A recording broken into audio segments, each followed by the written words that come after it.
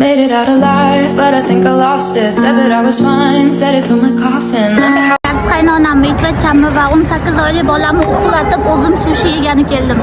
Bu yerga hamma yigiti bilan swidaniya qilgani kelsa, men sushi bilan swidaniya qilgani keldim. Sushi sotuvchi odam juda ham chiroyliligim uchun palichka berishni isdan chiqibdi. Sana qanday yeb baq.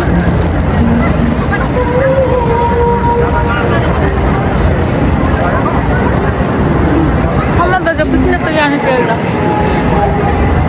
Yigiti bilan. Men bo'lsa sushi bilan piknik qilgani keldim.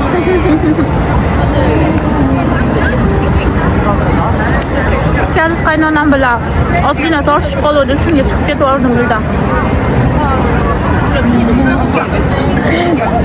Har shanba ofitsiantlik ishida ishlayman deb turib kelishib qo'ygan ekan qaynonam.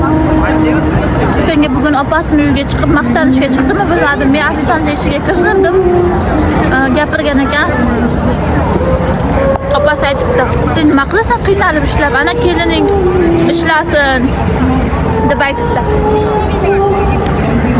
Hatta opasi bilmaydi men har oy qaynonamga pul berishimni.